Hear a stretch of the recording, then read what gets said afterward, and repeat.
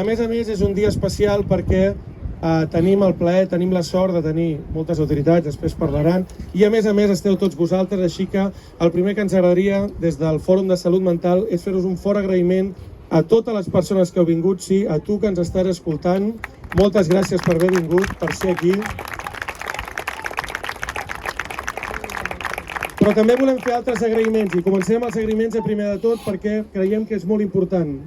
Volem agrair, doncs, per una banda, a Ajuntament de Santa Coloma Gramenet, Ajuntament de Sant Adrià, per les facilitats, pel recolzament, aquí tenim representació, moltes gràcies per aquesta col·laboració. També ens agradaria a la taula de salut mental i addiccions de Santa Coloma,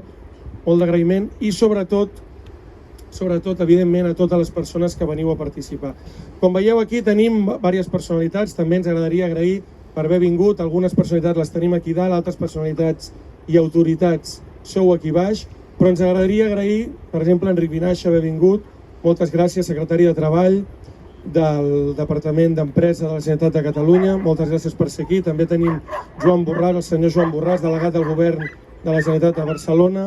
la consellera Anna Simó, d'Educació de la Generalitat de Catalunya, tenim el conseller Carles Campuzano, també de la Generalitat de Catalunya, de Drets Socials, Manel Balcells, també el tenim de la Generalitat de Catalunya, el conseller,